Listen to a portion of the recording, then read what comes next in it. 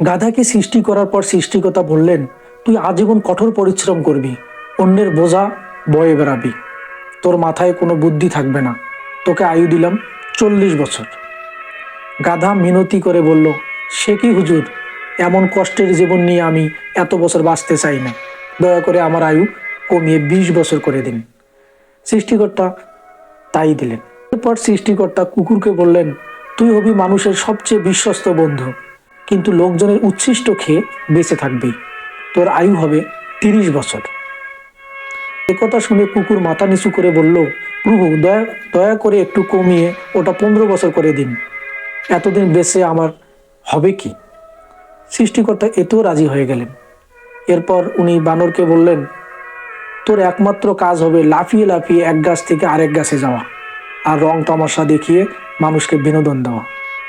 তোর আয়ু দিলাম 20 বছর। বানর আবেগে কেঁদে ফেলে বলল, দিবেনই যখন 10 বছর দিন, এত বড় জীবন দিয়ে আমি কি করব? সৃষ্টিকর্তা তাতেও আপত্তি করলেন না। সবশেষে তিনি মানুষকে বললেন, তুমি হবে সৃষ্টির শ্রেষ্ঠ জীব, সবচেয়ে জ্ঞানী এবং বিচক্ষণ, তোমার আয়ু হবে 25 বছর। মানুষ তো খুশিতে পাগল হয়ে গেল, কিন্তু এত মহৎ জীবন নিয়ে আয়ু মাত্র 25 বছর। সে হাত জোর করে বলল, একটা কাজ করা যায় না? আপনি আমাকে গাধার ফেরত দেওয়া 20 বছর, কুকুরের 15 বছর, বানরের 10 বছর দিয়ে দিন। সৃষ্টিকর্তা বললেন, নিজের ভালো পাগলও বোঝে, তুই বুঝলি না, যা দিলাম। সেই থেকে মানুষ সুন্দরভাবে বাঁচে 25 বছর।